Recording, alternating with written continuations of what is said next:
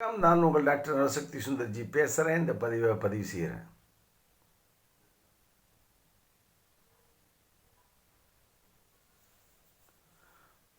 சந்திராஷ்டமம்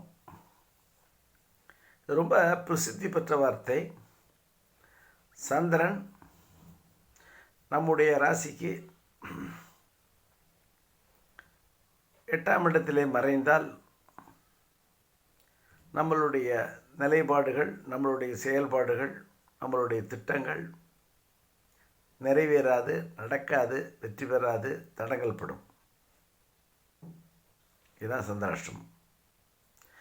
அப்போ இது ரொம்ப இந்த சந்திராஷ்டமம் என்ற இந்த நிலை என்பது உங்கள் மனசோட தொடர்பு கொண்டது, உங்கள் மைண்டோட தொடர்பு கொண்டது. மைண்டை வச்சு தான் இன்றைக்கி எல்லாமே. இன்றைக்கி உலக மருத்துவமே மைண்டை வச்சு தான் ஓடுது. அமெரிக்காவில் ஆரம்பித்து அப்படியே எங்கள் உலகம் பூரா சுற்றி வந்தாலும் எந்த முனை வரைக்கும் போனாலும் சரி தான். கோயிலில் வேலை பார்க்குறவங்கலேருந்து, அர்ச்சகர்லேருந்து, பெரிய பெரிய தொழிற்சாலைகள் வேலை பார்ப்பவர்கள், பெரிய பெரிய மந்திரி, பெரிய பெரிய பதவிகளில் உள்ளவர்கள், பெரிய பெரிய பேராசிரியர்கள், தொழிலதிபர்கள், பெரிய கல்வி நிறுவனங்களை நடத்துபவர்கள், யாராக இருந்தாலும் சரி, அது எப்பேற்பட்ட கொம்பனாக இருந்தாலும் சரி, கடவுள் பக்கத்திலேயே நான் நிற்கிறேன் அப்படி சொல்கிற இந்த பெரிய பெரிய உலகத்துக்கு போதனை பண்ணி கொண்டு இருக்கக்கூடிய பெரிய சாமியார்களாக இருந்தாலும் சரி, யாராக இருந்தாலும் சரி, அவர்கள் கடைபிடிக்கிற ஒரே சமாச்சாரம் இந்த இவ்வளவுண்டு மாத்திரை. என்ன மாத்திரைன்னா ப்ரெஷர் மாத்திரை. மருத்துவம் அவர்களை அங்கு இழுத்து கொண்டு சென்று விடும். அதில் நீங்கள் தப்பிக்கவே முடியாது. அது எப்பேற்பட்ட எவ்வளோ பெரிய ஒரு நிதானமான பதவிகளில் அமர்ந்து அவர்கள் செயலாற்ற வேண்டும் என்றாலும் ப்ரெஷர், அழுத்தம். அது என்ன அழுத்தம்? மன அழுத்தம். மன அழுத்தம் என்னவாக மாறுது? இரத்த அழுத்தமாக மாறுது. இரத்த அழுத்தமாக மாறும் பொழுது இரத்தத்தினுடைய அழுத்தம் கூடுறது. இதனால் அவர்களுடைய செயல்பாடுகளில் ஒரு தடுமாற்றம், ஒரு தலை சுற்றல், ஒரு நல்ல தீர்க்கமாக சிந்திக்க முடியாத நிலை. அந்த அவ்வளோ ஊண்டு மாத்திரையை அப்படி வாயில் போட்டுட்டு கொஞ்சம் தண்ணியை குடிச்சிட்டா ப்ரெஷர் சரியாயிடுது. ஜோதிடத்தில் என்ன பார்த்தீங்கன்னா சந்திராஷ்டமம், அது சந்திரனை வச்சு தான். அது ஒவ்வொரு மாதத்திலும் எல்லா ராசிக்கும் வரும். உங்கள் நட்சத்திரத்தை பொறுத்து அந்த ஒரு ராசியிலே 2.25 நாள் அந்த சந்திரன் நகரக்கூடிய அந்த நிலையில் ஒரு குறிப்பிட்ட காலகட்டம் 2.25 நாளில் உங்களுடைய நட்சத்திரப்படி அங்கு அந்த சந்திரன் பிரயாணிக்கக்கூடிய அந்த நட்சத்திரம் உங்களுக்கு சந்திராஷ்டமமாக அமையும். சந்திராஷ்டமம்னா தான் சந்திரன் அஷ்டமத்தில் போய் மறையிறது. அப்படி மறையும் பொழுது என்ன வேணால் எவ்வளோ லட்ச ரூபா வேணாலும் சேலஞ்சு பண்ணி கட்டி பார்க்கலாம். சந்திராஷ்டமத்தின் பொழுது நிச்சயமாக உங்கள் மனம் தடுமாறும். உங்கள் மனம் தீர்க்கமான முடிவை எடுக்க முடியாமல் திணறும். உங்களுடைய செயல்பாடுகளில் குழப்பம் நிச்சயமாக வரும். உங்களுடைய பேச்சிலே ஒரு பதட்டம், கோபம், ஒரு எரிச்சல் நிச்சயமாக உண்டாகும். இவ்வளோ நடக்கும். சாதாரண ஆள்லேருந்து பெரிய ஆள் வரைக்கும் நான் சொல்லிட்டேன் முன்னாடி ஏற்கனவே. அதில் யாரும் தப்பிக்க முடியாது. அப்படிப்பட்ட நிலையை நாம் தவிர்த்து கொள்வது எப்படி?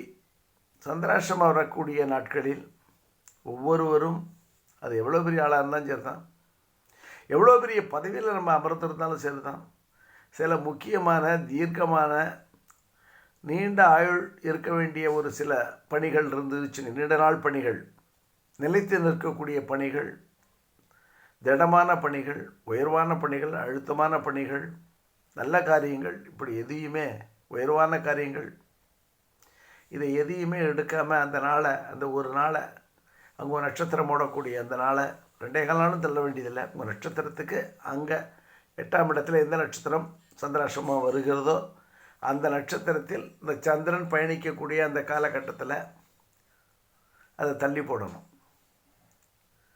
அதை தள்ளி போட்டுட்டோம்னா அப்புறம் ஒரு நல்லாவே தெரியும் நமக்கு.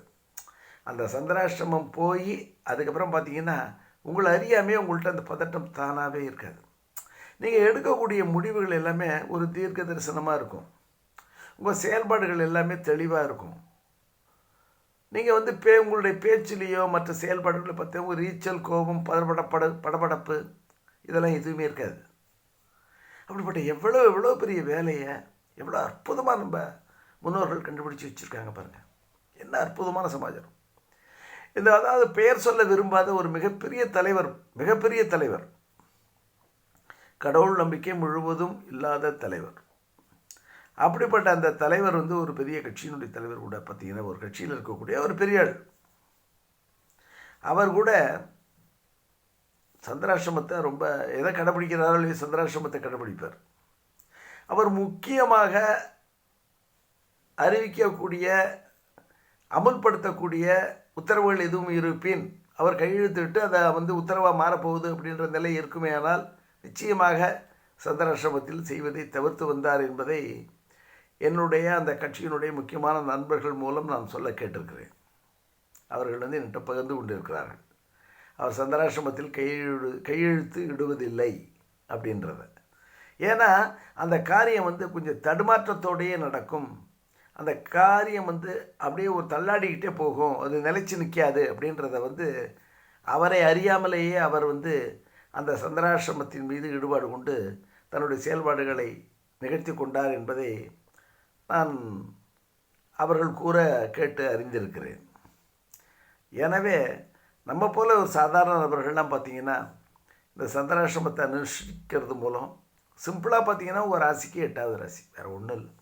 இதில் வந்து சுபிட்சமான வளர்ச்சியான காரியங்கள் எதையும் செய்யாமல், புதிய முயற்சிகளில் எதுவும் ஈடுபடாமல், பிரயாணங்களை தவிர்த்து கொண்டும், முக்கியமான பேச்சுவார்த்தைகளில் கலந்துரையாடாமல் இருப்பதும், விவாதத்தில் கலந்து கொள்ளாமல் இருப்பதும். டிபேட்டில் போய் கலந்துக்கிட்டேன், இன்றைக்கி தான் டிவி பேட்டியில் வந்து நான் டிபேட்டில் கலந்துக்க வேண்டியிருக்கு அப்படின்னா நிச்சயமாக அங்கே ஒரு பெரிய யுத்தம் ஒன்று ஏற்படும். எதிரணியில் பேசிகிட்டு இருக்கிறவன் வந்து நம்ம கொஞ்சம் தாறுமாறாக பேசுவான், நம்ம பேசுவோம்.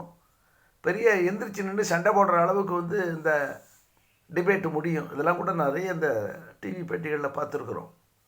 அதே போல் சினிமா படப்பிடிப்புகளுக்கு போகிறான்னு சொன்னால் இன்றைய தினம் நிச்சயமாக அந்த படப்பிடிப்பு இவர்கள் நினைத்தவாறு நடக்காது, போஸ்ட்போண்ட் ஆகிடும். இவர்கள் வந்து வெளிச்சம் கிடைக்காது, மழை பெய்யும், இல்லை வேறு ஏதோ ஒன்று இருக்கும், ஏதோ ஒரு தடங்கல்கள் நிச்சயமாக வரும்.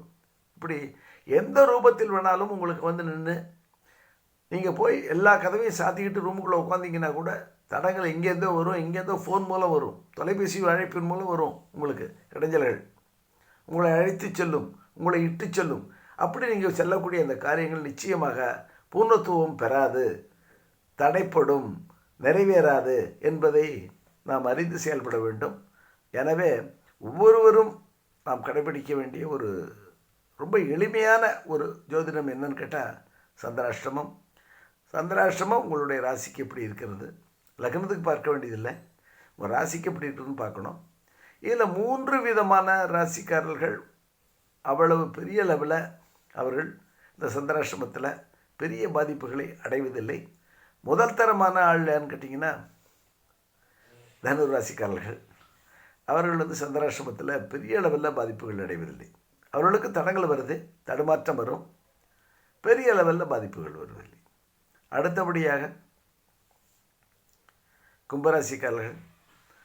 கும்பராசிக்காரர்களுக்கும் அவ்வளோ தூரம் பெரிய லெவலில் பாதிப்புகள் வருவதில்லை. அடுத்தபடியாக பார்த்திங்கன்னா சிம்மராசிக்காரர்களுக்கும் இந்த சந்திராஷ்டிரமம் பெரிய வேலை காட்டுறதில்லை. ஒரு சிலரை தவிர ஒரு சிலருக்கு காமிக்குது. மற்றபடியாக மெஜாரிட்டியாக பார்த்திங்கன்னா அதிகப்படியாக பார்த்திங்கன்னா சிம்மராசிக்காரர்கள் வந்து இதை ஈஸியாக கடந்து செல்கிறார்கள் என்பதைத்தான் நான் பார்த்துருக்கிறேன். சிம்மராசிக்காரர்கள் இதுதான் இன்றைக்கி ஒரு நல்ல தகவல். இந்த தகவலை வந்து நீங்கள் உங்களுடைய வாழ்க்கையில் சோதித்து பாருங்கள். கேலண்டர் எடுத்து வச்சுங்க, பஞ்சாங்கத்தை எடுத்து வச்சுங்க, சந்திராஷ்டிரம தினத்தையும் குறித்து வச்சுங்க.